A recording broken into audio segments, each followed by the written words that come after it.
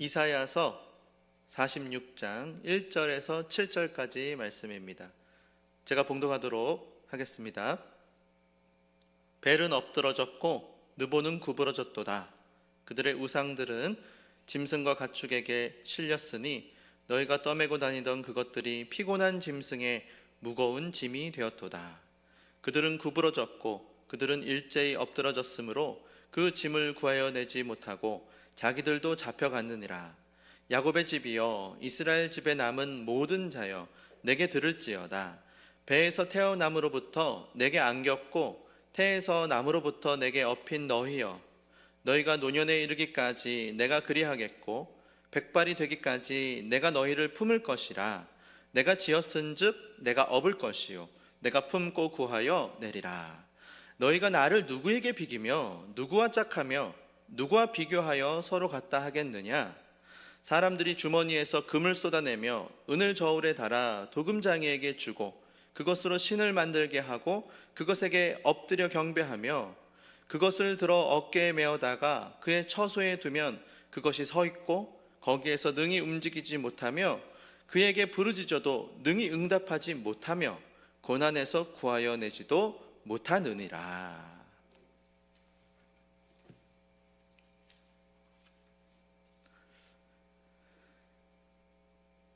인생이 피곤하고 짐이 무거울 때라는 제목으로 말씀을 전하고자 합니다. 이사야서 46장에서 우리는 우상에 대한 이야기를 볼 수 있습니다. 1절을 다시 한번 보시면요, 벨은 엎드러졌고 느보는 구부러졌도다, 이렇게 말씀하는데요, 벨이 누군가 하면 바벨론의 우상입니다. 느보는요 벨의 아들이에요. 그러니까 이스라엘은 바벨론의 우상들이었던 벨과 느보를 섬긴 것입니다. 얼마나 애지중지 그들이 아꼈는지요, 어디 갈 때도 가지고 다녔어요. 그러니까 짐승과 가축에게 싣고 다니거나 또는 직접 배낭이라도 만들었는지 어깨에 메고 다닌 것입니다. 근데 이제 이스라엘이 그토록 섬기던 우상들이 그들에게 짐이 되었다, 주님 말씀하는 거예요. 피곤해진 거예요. 처음에는 그 우상만 옆에 있으면 나에게 만족을 주고 행복을 줄 수 있을 것이라고 생각했습니다. 속은 거죠. 인생을 살아보니까 아이고, 내가 그토록 그동안 의지하고 믿었던 것들이 오히려 인생에 큰 부담이 되고 짐이 된 것입니다. 2절을 보시면요, 그들은 구부러졌고 그들은 일제히 엎드러졌으므로 그 짐을 구하여 내지 못하고 자기들도 잡혀갔느니라. 이것이 바로 우상입니다. 우상의 본질이에요. 근데 인간은요 끊임없이 우상을 만들어냅니다. 칼빈이라고 하는 신학자가요, 인간의 마음은 우상의 공장이라 그랬습니다. 인간의 마음이요 우상을 계속 공장에서 찍어내듯이 계속 만들어내는, 우상 상품을 만들어내는 거예요. 실제로 이스라엘의 역사를 보시면 이 우상 숭배 문제가요 계속해서 나옵니다. 그리고 우상 숭배로 인해서 이스라엘이요 하나님의 진노를 받거든요. 징계를 받아요. 반복됩니다. 그런데도 이스라엘이 계속해서 우상을 만든 거예요. 왜 그랬을까요? 아니, 그만큼 우상을 만들어서 헛되고 헛된 것을 깨달았을 법도 한데 얼마나 속았는데도 멈추질 않은 것입니다. 출애굽기 보시면 우리가 잘 아는 금송아지 우상을 만드는 일들이 나오지 않습니까? 그래서 이스라엘 사람들이요 자기 그 레위 사람들에게 3,000명이나 죽임을 당합니다. 하나님 심판하게 하셔요. 여러분, 출애굽기 그 말씀이요 시편 106편에 나옵니다.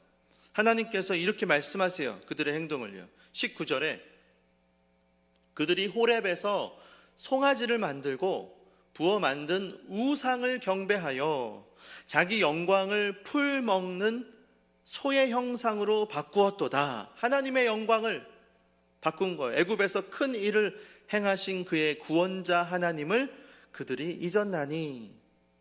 다 잊어버려요. 아무리 애굽에서 그들을 구원해 주셨어도, 아무리 큰 기적과 이사를 베풀어 주셨어도 광야를 지나가면서 구름 기둥과 불 기둥으로 지켜 보호하여 주시고 인도해 주시고 또 만나와 메추라기로 먹이시고 입히시고 발이 다 닳아 없어지지 않도록 하나님이 그렇게 지켜 보호하여 주셨는데도요, 다 잊어버리는 거예요. 과거에 우리가 하나님을 만나고 하나님께 감사한 일들, 은혜 받은 일들 얼마나 많이 있습니까? 살다 보니까 잊어버려요. 이게 인간입니다. 이스라엘이 가나안에 들어가서요, 사사기 2장 11절을 보시면요, 이스라엘 자손이 여호와의 목전에 악을 행하여 바알들을 섬기며 애굽 땅에서 그들을 인도하여 내신 그들의 조상들의 하나님 여호와를 버리고 다른 신들, 곧 그들의 주위에 있는 백성의 신들을 따라 그들에게 절하여 여호와를 진노하시게 하였으되, 하나님의 진노하심이 임합니다. 그래서요, 하나님이 그들을요 이방인의 손에 넘겨버리십니다. 14절, 여호와께서 이스라엘에게 진노하사 노략하는 자의 손에 넘겨주사 그들이 노략을 당하게 하시며 또 주위에 있는 모든 대적의 손에 팔아 넘기심에 그들이 다시는 대적을 당하지 못하였으며 그들이 어디로 가든지 여호와의 손이 그들에게 재앙을 내리시니 곧 여호와께서 말씀하신 것과 같고 여호와께서 그들에게 맹세하신 것과 같아서 그들의 괴로움이 심하였더라. 결국 이스라엘의 그 우상 숭배, 그 범죄로 말미암아 북이스라엘은요 BC 722년 아수르 손에 멸망을 당했습니다. 그리고 지금 이 이사야서는요 북이스라엘이 멸망당하는 것을 이제 이사야 선지자가 직접 목격하고, 그런데도 불구하고 남유다는 아직도 우상 숭배의 죄악을 떠나지 않고 있어요. 경고하고 있는 것입니다. 그런데 하나님께서는 이렇게 이스라엘 백성들에게 그 진노를 내리시고 경고하심에도 불구하고 남유다 백성들은 우상 숭배의 죄악을 떠나지를 않았어요. 왜 그랬던 것일까요? 그것은 바로 인간의 탐욕 때문입니다. 탐욕 때문이에요. 자기 욕망을 채우기 위해서 사람들이요 우상을 만들고 섬기는 거예요. 사람의 죄성이요, 사람 마음의 그 욕망을 망가뜨렸거든요. 그래서 원래 무언가 하고 싶은 마음이 드는 건요 좋은 거예요. 하나님이 만들어주신 거거든요. 근데 죄로 인해서 인간은 잘못된 마음의 소원을 가지게 됐습니다. 욕구의 방향이 잘못됐어요. 자기를 향하게 됐어요. 자기가 모든 욕구의 중심이 되는 겁니다. 자기가 행복하기 위해서 자기가 하고 싶은 일을 하고 자기가 원하는 대로 살아가는 거예요. 그래서 그들이 하나님을 버리고 자기 욕구를 만족시켜 줄 것들을 스스로 정하고 살아가는 것입니다. 예레미야 2장 13절을 보시면요, 내 백성이 두 가지 악을 행하였나니 곧 그들이 생수의 근원되는 나를 버린 것과 스스로 웅덩이를 판 것인데 그것은 그 물을 가두지 못할 터진 웅덩이들이니라. 주님이 말씀하십니다. 이것이 바로 정확하게 유다 백성들이 저지른 죄악입니다. 하나님을 버리고요 스스로 자기들이 물 웅덩이를 판 거예요. 우상 숭배입니다. 그런데 오늘 본문에서 그들의 욕구를 만족시켜주고 그들을 행복으로 인도해 줄 것만 같았던 우상이 그들을 피곤하게 하고 그들의 짐이 되었다 말씀하는 거예요. 그러니까 사실 생수의 근원 되시는 분, 영원히 목마르지 않게 해주실 분이 지금 바로 여기 계신데, 그 하나님을 버리고 자기들 스스로가 잘났다고 웅덩이를 파고 물을 퍼내고 있는 것입니다. 그러니까 하나님께서 보실 때요 너무나도 기가 막힌 거죠.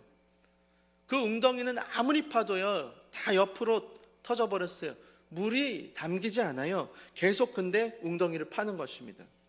5절, 오늘 본문 5절을 보시면요 하나님께서 너무 기가 막히신 거예요. 너희가 나를 누구에게 비기며 누구와 짝하며 누구와 비교하여 서로 같다 하겠느냐.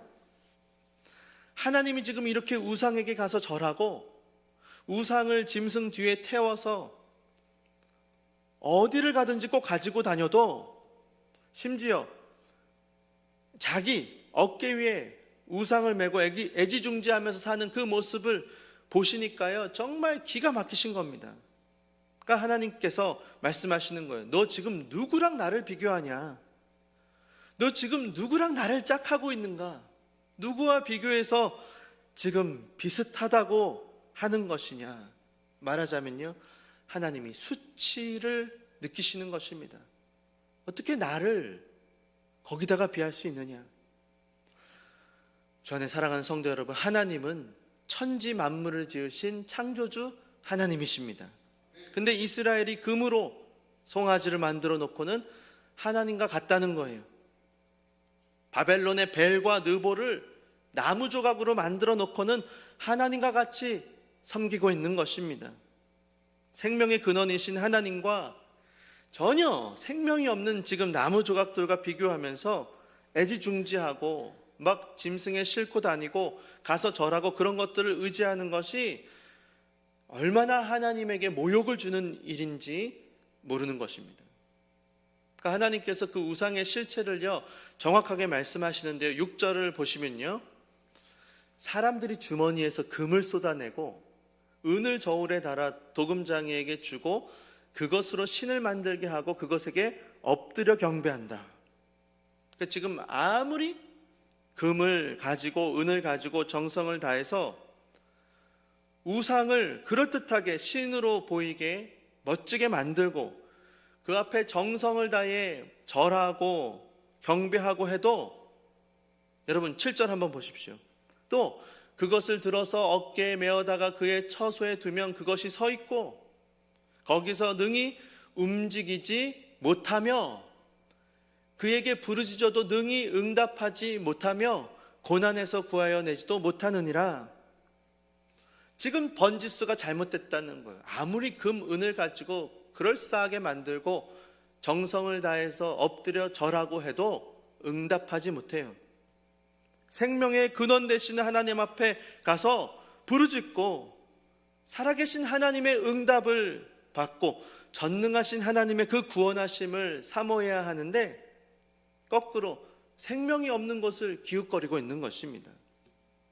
그러니까 그들은요, 우상이 자기들의 욕구를 채워주기를 기대했습니다. 그러니까 막 돈을 들여요. 정성을 들이고 언젠가는 쨍하고 볕들날이 올 거야 기대하는데요, 밑둥이 잘려나간 나무뿌리입니다. 겉은 번지를 해도 속은 텅텅 비어있어요. 다 썩어버렸어요. 생명이 없습니다. 그러니까 아무리 애를 써도요, 공을 들여도 부르짖어도 응답이 없죠. 고난에서도 구원해주지 못합니다. 그러니까 이렇게 여러분, 사람들이요 잘못된 것을 그런데요 의지하는 것이에요. 근데 의지하면 할수록 불안하게 되어 있거든요. 오늘도 마찬가지입니다. 여러분, 제가 한번 말씀드린 일이 있는데요, 오늘날 많은 사람들이 인스타그램 이런 걸 합니다. 그리고 뭐 페이스북 이런 거 아시죠? 예전에는요 싸이월드라고 있었어요. 그런 걸 했습니다. 하다못해 컴퓨터가 좀 어렵고 익숙하지 않으면요, 어떤 분들은요 카카오톡 거기 프로필 그거라도 하시더라고요. 사진을 바꿔요. 꾸미는 겁니다. 근데 거기 그 사진을 보면요, 사람들이 쓴 글, 사진, 영상 이런 걸 보면요, 사람들이요 행복해 보여요. 한없이 행복해 보여요. 막 웃어요. 팔짱을 끼고요, 얼마나 금슬이 좋아 보이는지 모릅니다. 여행도 가고 맛있는 것도 먹고 좋은 추억을 올립니다. 그러니까 실제로 그거를 볼 때마다 우리 기분이 좋잖아요. 좋을 수 있죠. 또 감사하고 그럴 수가 있습니다. 근데요, 어떤 사람들은 실제와 달라요. 실제로는 그렇지 않은 거예요. 자기 마음이 행복하지 않아요. 근데요, 그 카카오톡 프로필, 싸이월드, 페이스북, 인스타그램이요,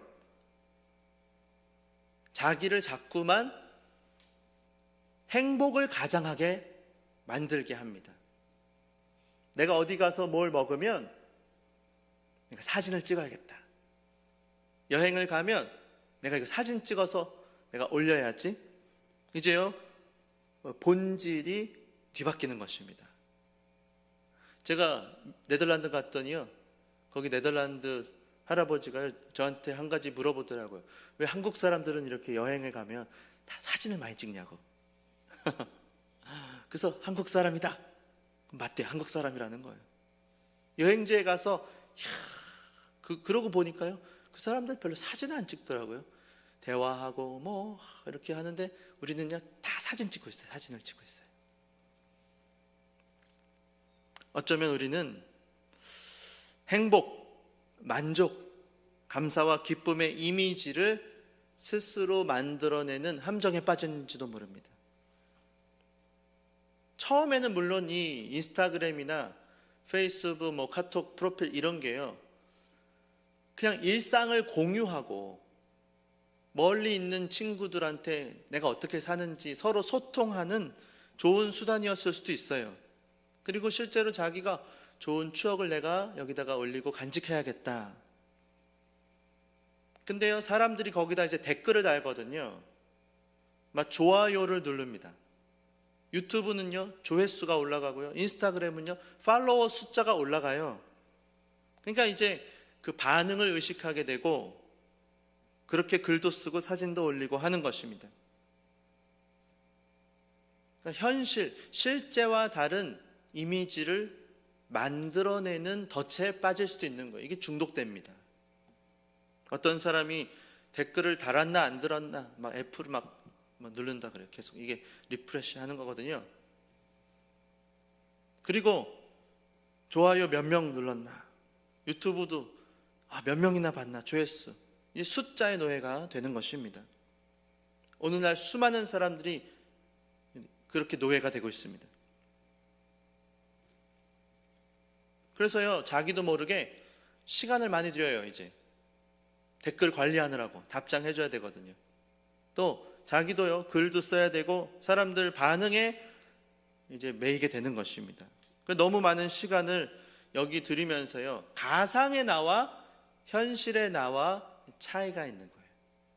그리고 실제로 수많은 사람들이, 여러분 사실 우리 일상이 얼마나 평범합니까?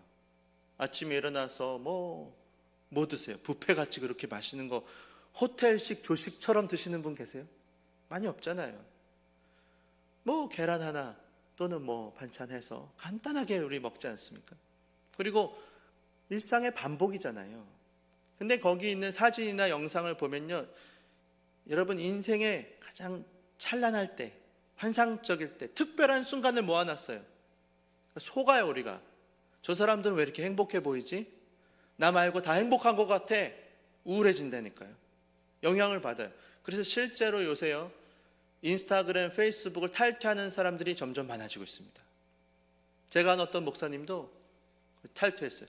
그 목사님 굉장히 그것을 많은 사람들에게 유익한 공간으로 가꾸셨는데요, 어느 날 그것을 그냥 비활성화 하시더니 끝내는 그냥 탈퇴를 하시더라고요. 안 하시더라고요. 이스라엘이 섬겼던 우상 숭배, 본질은 자기 만족입니다. 이스라엘은 우상 숭배를 했지만요, 여러분 근데 기억하십시오. 동시에 하나님도 섬겼어요. 그들은 한 번도 성전 제사를 멈춘 적이 없습니다. 그러니까 그 말은 그들은 바알과 아세라에게 가서 절을 하는 동시에 하나님께 드리는 제사를 멈춘 적이 없어요. 예배도 드렸어요. 오늘날로 치면 신앙생활 합니다. 예배 드리고요, 교회 나오고 말씀 듣고 기도하고 다 해요. 근데 그들의 마음에 하나님은 나에게 만족을 주는 것 중에 하나인 거예요. 어쩌면 하나님을 믿는다고 하지만 여러분 한번 생각해 보세요. 우리가 과연 하나님과 친밀한 관계를 맺는데 관심이 있는지, 아니면 하나님이 내 인생에 복을 주시고 도와주시고 인도해 주시고 가장 좋은 걸 주시고 가장 좋은 곳으로 인도해 주시는데 우리가 관심이 많은지 한번 돌이켜 보시기 바랍니다. 그러니까요, 우리 중에도 어쩌면 하나님 전능하시다고 하니까 하나님은 은혜를 베푸시고 지혜도 베풀어 주시고 나에게 좋은 것 주시고 나를 만족시켜 주시고 나를 옳은 길로 좋은 길로 인도해 주신다고 하니까 내가 신앙생활을 하면 좋지 뭐. 근데 이게 뉘앙스의 차이인데요, 어쩌면 이게 굉장히 중요한 문제입니다. 본질을 우리에게 이야기해 주는 거예요. 지금 이스라엘은요, 이렇게 신앙생활을 한 겁니다. 어떤 교회에서요, 성도들에게 이렇게 집회 시간에 물었답니다. 주 안에 사랑하는 성도 여러분, 자녀를 위해서 지금 예수를 믿는 분 계시면 아멘 하십시오. 그러니까 아멘 하더랍니다. 사업이 잘 되기를 위해서 기도하고 예수 믿는 분 아멘 하십시오. 아멘 하더랍니다. 건강하고 잘 먹고 또 잘 평안하게 살기 위해서 예수 믿는 분 아멘 하십시오. 아멘 하더랍니다.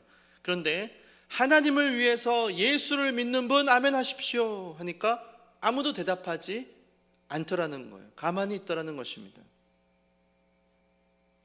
네, 그러면 성도들도 예수를 믿는다고 하지만 어쩌면 우리 마음에 예수를 자기 만족을 위한 도구로 삼고 있는지도 모르는 거예요.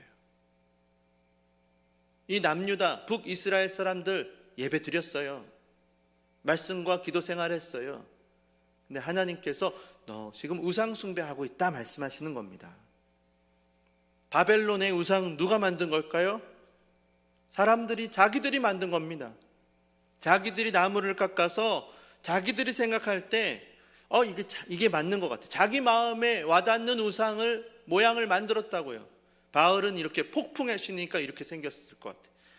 아세라는 풍요의 다산의 여신이니까 이렇게 생겼을 것 같아. 자기들 마음에 하나님은 이런 분이셔.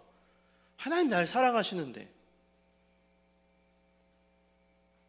네, 여러분, 하나님은 말씀하세요. 이사야서 43장 21절을 보시면 이 백성은 내가 나를 위하여 지었나니, 하나님은 우상을 만든 것이 아니고 사람은 사람 손으로 우상을 만듭니다. 하나님은 우리를 만드셨어요.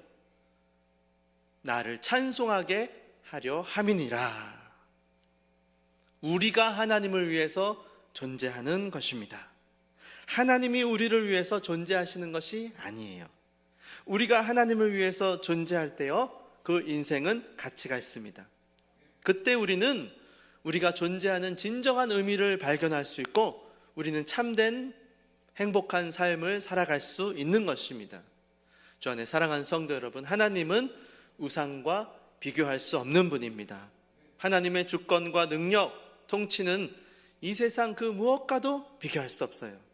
사실 인간이 만든 우상이요, 우리에게 뭔가 만족과 행복을 줄 것 같아 보이지만 그것은요, 사실 얄팍한 거예요. 한 겹만, 한 꺼풀만 이렇게 이제 끄집어서 이렇게 본질을 보면요, 망령되고 허탄한 신화 불과한 것이 많습니다. 거기에 세상 사람들은요, 매여 살아가는 거예요. 어쩌면 돈이 우상이 되고 어떤 사람은 가족이 우상이 됩니다. 가장 위에 가족이 있어요. 어떤 죄를 지어도 입 다물어. 모든 것 위에 가족이라고 하는 우상이 있는 거예요. 어떤 사람은 명예, 권력, 수많은 우상에 매여서 사느라고 불안과 두려움에 사로잡혀 살아갑니다.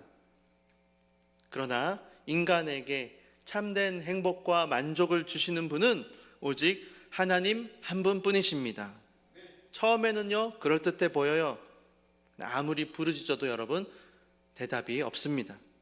고난에서 우리를 구원해 주지도 못해요. 결국 그들을 짐승에 태우고 다니고 어깨 메고 다니느라고 피곤하고 힘이 들 뿐입니다. 어떻게 해서든지 내가 막 그동안 모은 이 돈을요 지키느라 노심초사합니다. 내가 이거 어떻게 다 쓰고 가지? 내가 마지막 한 번이라도 막 삼손처럼 한 번이라도 나를 강하게 하사 나를 써주십시오. 명예를 주십시오. 권력을 주십시오. 한 번만 짜릿한 만남을 주십시오. 어떻게 해서든지 내 욕망, 탐욕 만족시키려고 애를 씁니다. 그러나 결국 우상은요, 사람을 힘들게만 할 뿐입니다. 그러나 여러분, 하나님은요, 우리에게 만족을 주세요. 하나님은 우리를요, 오늘 이 본문 3절을 보시면요, 업어주신다고 말씀하세요.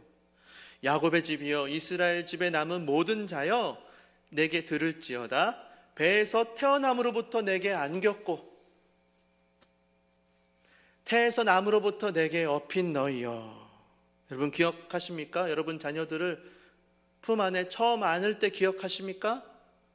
처음 어부바 이렇게 업어주실 때 그 마음이 여러분 기억나십니까? 그와 같은 마음으로 하나님 우리를 안아주시고 업어주세요. 4절에 너희가 노년에 이르기까지 내가 그렇게 해주겠다. 우리가 노년이 돼도 안아주세요. 노년이 돼도 업어주십니다. 백발이 되어도 내가 너희를 품어줄 것이다. 내가 지었은즉 내가 업을 것이고 내가 품고 구하여 낼 거야. 걱정하지 마라. 사람들은 불안해요. 두렵습니다. 집착해요. 그러나 하나님이 우리와 함께 하심을 믿으시기 바랍니다. 하나님을 의지하십시오. 하나님 우리에게 참된 자유를 주세요. 참된 신앙을 가지면 가질수록 우리는요, 하나님께서 부어주시는 그 자유를 누릴 수가 있습니다. 내 뜻보다 하나님의 뜻이 더 중요합니다. 내 계획보다 하나님의 계획이 더 중요하고 하나님의 부르심을 따라서 살아가겠습니다. 그때 행복이 밀려오는 것입니다. 샘솟듯 솟아나요. 하나님의 말씀을 믿음으로 순종하고 하나님의 뜻을 이루어 드리는 것이 행복입니다. 때로는요, 막 이해가 안 가요. 하나님의 뜻을 다 이해 못 합니다. 그래서 감사와 순종으로 살아가려면 믿음이 필요해요.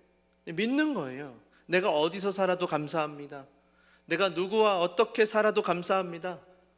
내가 무엇을 먹고 내가 무슨 차를 타고 내가 무슨 일을 하고 그런 것이 지금 중요한 게 아니고 하나님의 뜻이 더 중요한 인생이 되는 것입니다. 그래서 점점 신앙이 더 깊어질수록 하나님의 주권과 하나님의 뜻, 하나님의 계획, 하나님의 섭리를 믿고 의지하며 살아가며 주님이 주시는 안식과 자유를 누리게 되는 것입니다. 주 안에 사랑하는 성도 여러분, 하나님이여 여러분을 업고 품에 안고 가심을 잊지 마시기 바랍니다.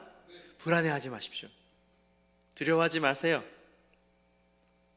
세상 두려워하지 마시고 오히려 살아계신 하나님을 두려워하시기 바랍니다. 하나님을 나의 왕으로 정말 한번 나의 주인으로 삼으시고 한번 살아보세요. 한번 정말로 날마다 주님 말씀을 사모하며 기도하며 살아보십시오. 그래서 성령 안에서 정말 그 말씀이 막 깨달아지고요. 하나님 오늘 나에게 어떤 말씀을 주시는가 막 사모해 보세요. 젖먹이가 엄마 젖을 사모하듯이 막 헐떡인다 그러잖아요. 엄마 가슴에서 젖을 막 찾아요. 왜요? 죽고 사는 문제니까요. 젖 냄새가 나요. 아, 너무 맛있어. 이거는요, 꿀송이보다 더 단 거예요. 너무너무 맛있어. 그것밖에 몰라요. 부끄러운 게 아니에요. 야, 예수 믿느라고 난 바보가 됐나 봐. 부끄러운 게 아니에요. 그것밖에 모르는 인생 한번 살아보시기 바랍니다. 주일도요, 온전히 한번 지켜보십시오. 주일은요, 예배 한번 드리면 끝이 아닙니다. 주일은요, 하나님의 날이잖아요. 하나님이 한번 주인이라고 생각하시고 한번 온전히 지켜보세요. 우리 교회는 주일날 이제 새벽 예배는 안 하니까요. 주일 오전 예배부터 1부, 2부, 청년부, 또 저녁 예배 이렇게 예배도 있습니다. 온전히 예배를 드려보세요. 예배를 드리는 것이 가장 주일을 잘 지키는 겁니다. 왜요? 그 시간에요, 예배의 본질은 뭡니까? 하나님을 만나는 거거든요. 말씀과 기도가 집중적으로 일어나는 시간이 예배 시간이잖아요. 그러니까 주님 품에 안기고 주님에게 엎혀서 정말 안식과 시원하다, 정말 행복해, 예배 시간에 그 1시간, 그 2시간 예배를 잘 드리고 나면요, 일주일 동안 살아갈 양식을 얻는 거예요. 제대로 한번 드려보십시오. 그리고 그 예배 시간 자체가요, 황홀한 시간인 거예요. 사실은 하나님 앞에 그 시간을 믿음으로, 하나님은 나의 왕이십니다, 하나님은 나의 사랑하는 신랑 되십니다, 내가 주님이 보고 싶었어요, 주님의 음성이 그리웠어요, 나 주님 만나고 싶어서 달려갑니다. 제가 말씀드렸잖아요. 저는요 그걸 몰랐어요. 모르고 살았어요. 새서울교회 여기 다산가에 있을 때 제가 435동 살아갔고요. 1분, 뛰어가면 1분 거리, 3분 거리. 저는요 대단히 제가 주님을 사랑하는 줄 알았어요. 가까우니까 얼마나 편합니까? 근데 제가 네덜란드 살 때요, 150km 떨어져, 교회가, 섬기는 교회가 150km, 막히진 않아요, 차가. 100km로 달리면요 2시간 가까이 가요. 한 1시간 50분. 왕복하면 4시간 걸리잖아요. 말씀드렸죠? 차가 없을 때가 있어, 다니려는. 그러면요 자전거 타고 가야 돼요. 기차역까지 꼼짝없이 30분 자전거 타고 또 한번 갈아타야 돼요, 기차를. 어떤 때는요 2번 갈아탑니다, 기차를요. 바람이 많이 불어갖고. 내려서요 기차역에서 또 걸어가야 돼요. 한 25분 걸어요.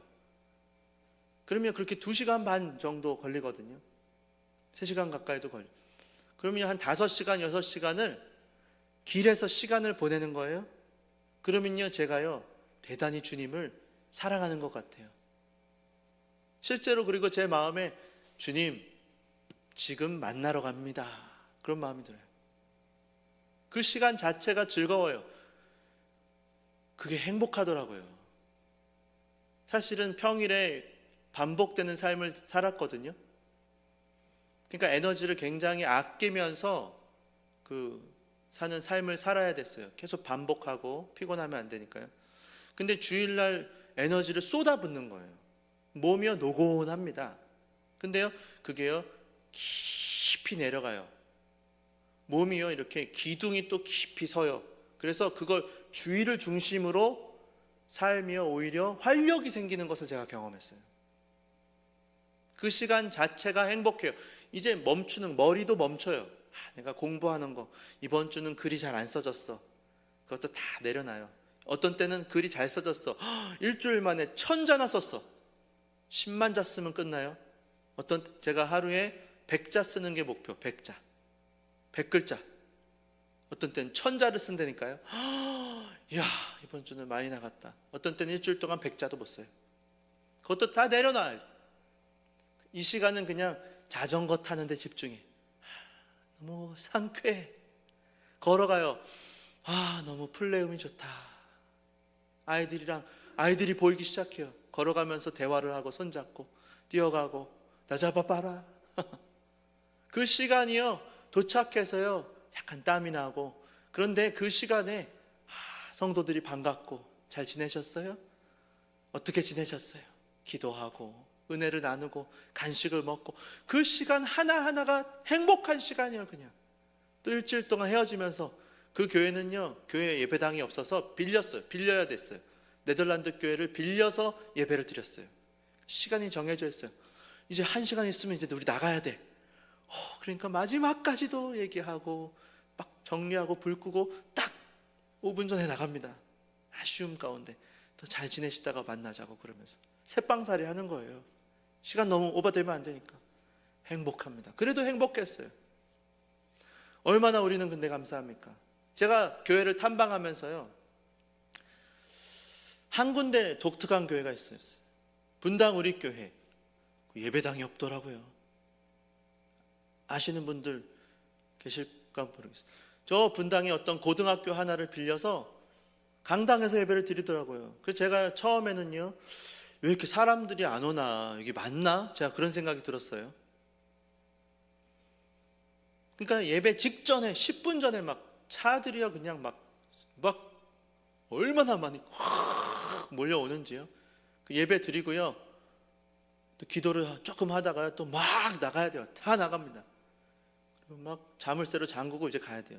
그 처음에는 제가 그런 생각을 했어요. 예배당이 좀 있으면 좋을 텐데. 제가 동시에 여러 교회를 다니다 보니까요.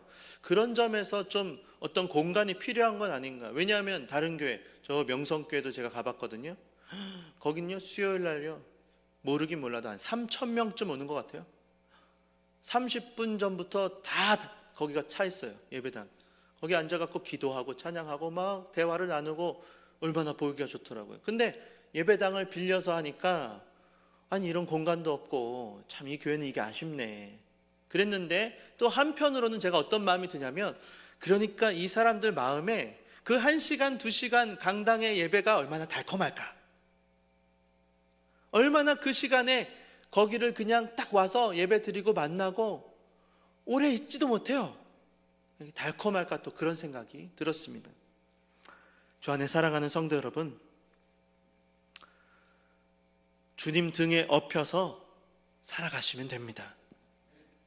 주님이 알아서 우리 인생을 책임져 주실 거예요. 남편은 여러분, 남편의 자리를 지키십시오. 아내는요, 아내의 본분을 다하세요. 주님을 사랑하는 마음으로 그렇게 살아가시면 됩니다. 세상도요, 너무 관심 가지지 마세요. 무슨 구속이 됐네, 구속이 안 됐네. 우리 삶이랑요 별로 상관이 없어요. 다 맡기세요. 너무 고민도 하지 마세요. 먹고 마시는 일에도요 너무 지나치게 치우치지 마십시오. 그냥 주님한테 잘 업히세요. 목을 부둥켜 안고 딱 잘 업히면요 엄마 심장 소리가 들릴지도 모릅니다. 주님이 지금 어떻게 말씀하시는가 자꾸 한번 묵상해 보세요. 예배 시간에 들려오는 이 말씀, 하나님 왜 이 말씀을 나한테 주십니까? 그 말씀을 한번 붙잡고 한번 주야로 묵상하라 그러잖아요. 한번 묵상해 보세요. 하나님의 마음을 헤아려 보십시오. 느껴 보십시오. 하나님께서 오늘 나에게 회개하라고 하시는구나. 회개가 선포될 때는 하나님 앞에 나아가 무릎을 꿇고 회개를 하시고, 사람을 용서하라고 하시면 내가 받은 은혜를 생각하며 나는 하기 싫어요, 나는 못해요, 내가 해보겠습니다. 용서하십시오. 화평을 누리라고 하시면 누려보십시오. 하나님 말씀을 따라 한번 살아보세요. 한번 생각해 보세요. 엄마 등에 업힌 아이가요 철이 들어갔고 엄마가 너무 무릎이 아플 것 같아, 내가 요새 너무 살이 쪘는데, 그리고요 다리 한쪽을 이렇게 든다고 생각해 보세요. 그런다고 엄마가요 덜 무겁습니까? 더 무거워요. 기울어서 야야 가만히 있어, 가만히 있어, 똑바로 잡아. 그냥 잘 엎혀 있으면 되는 것입니다. 그냥 엄마 목을 꽉 껴안고 그냥 행복해하면 돼요. 잘 엎히는 게 엄마를 도와주는 거예요. 비행기를 탔어요. 자, 근데요 내가 이렇게 보니까 왜 이렇게 사람이 많이 탄 거야? 다 짐을 하나씩 실어야지만 2개씩 갖고 왔네. 이거 비행기가 너무 무거울 것 같아, 떨어지겠어. 그런다고 앉아갖고 다리를 들고 있어요. 그 소용이 있습니까? 이거 너무 무거울 것 같아, 짐을 내가 들고 있어야겠어. 그게 의미가 있냐고요? 아무 의미 없어요. 그냥 흔들리든 말든 그냥 안전벨트를 딱 잘하고 편하게 잘 누워서 쉬는 게 도와주는 겁니다. 거기서 나오는 기내식 받아서 잘 먹고요, 그냥 좀 흔들려도 오히려 아이고 우리 기장님에게 지혜를 주시고 잘 도와주세요 기도하면서 잘 먹고 쉬고 있으면요 시간이 되면 목적지에 도착하게 되어 있습니다. 왔다 갔다 괜히 막 불안해서 그럴 필요가 없어요. 주 안에 사랑하는 성도 여러분, 하나님은요 예수를 영접하는 자, 곧 그 이름을 믿는 자들에게 하나님의 자녀가 되는 권세를 주셨다 말씀하십니다. 하나님은 당신의 백성을 거룩한 하나님의 백성으로 부르셨을 뿐만 아니고 자녀로 삼아주셨어요. 우리가 죄인 되었을 때에 그리스도께서 우리를 위해서 죽어주심으로 하나님께서 우리를 향한 자기의 사랑을 확증해 주셨습니다. 로마서 8장 32절 보시면요, 자기 아들을 아끼지 아니하시고 아들도 아끼지 아니하셨어요. 우리 모든 사람을 위하여 내주시니까 어찌 그 아들과 함께 모든 것을 우리에게 주시지 아니하겠느냐 말씀하십니다. 우리를 사랑하사 우리를 위하여 독생자를 주신 그 하나님의 사랑을 믿으시기를 바랍니다. 그리고 하나님 등에 엎으시고 그냥 품에 안기세요. 주님 말씀 그대로를 받으시고 제대로 한번 살아보시기 바랍니다. 주님은요 다 아십니다. 마음의 중심을 아세요. 이용하려고 하지 마십시오. 하나님을, 주님을 바라보세요. 사랑의 눈으로, 사랑하는 내 남편을 바라보듯이.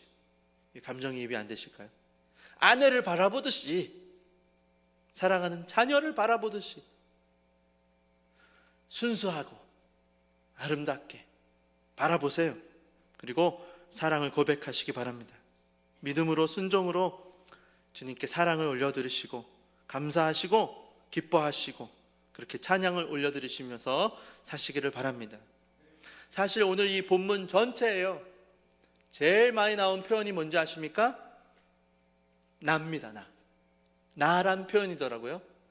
하나님께서요 우상에 빠져갖고는 피곤하고 막 힘들게 아둥바둥 살고 있는 유다 백성들에게 너가 뭐 하려고 하지 말고 나를 좀 바라봐. 내가 해줄 거야. 3절을 보시면 내게 들을지어다 내게 안겼고 내게 업힌 너희여. 4절에 내가 그리하겠고 내가 너희를 품을 것이라. 내가 지었은즉 내가 업을 것이요 내가 품고 구하여 내리라. 주님의 말씀입니다. 지금까지 주님 그렇게 하셨고 앞으로도 그렇게 하실 것입니다. 하나님이 우리를 인도하시고 보호하시고 모든 것을 공급해 주십니다. 끝이 없어요. 주님만 바라보시기를 바랍니다. 주님 등에 업히시고요, 주님만 따라가세요. 마음이 공허할 때 더 그렇게 하십시오. 조금 더 성공하면 기쁠 것 같습니까? 조금 더 돈을 가지면 행복할까요? 권세를 얻고 명예를 얻고 즐거움을 누리고, 그런데 안기려고 하지 마시고요, 오히려 그럴수록 더 주님 품에 안겨보세요. 더 꽉 끌어안아 보세요. 자녀들이요 엄마 아빠 바지가랑이를 끌어안고요 막 코를 묻히고, 엄마 아빠 밤에 와서요 엄마 무서워 나 같이 자면 안 돼? 그때가 그리울 때가 옵니다. 이제 우리 큰애는요 같이 자자 그래도요 불편해. 아침에 만나 잠은 편하게 자고 만나. 하나님은요 우리 아버지가 되십니다. 끝까지 노년이 되기까지, 백발이 될 때까지 주님 품에 마음껏 안기시고 업히시기 바랍니다. 주님을 기쁘시게 하는 모든 성도님들 되시기를 주 예수님의 이름으로 축원합니다.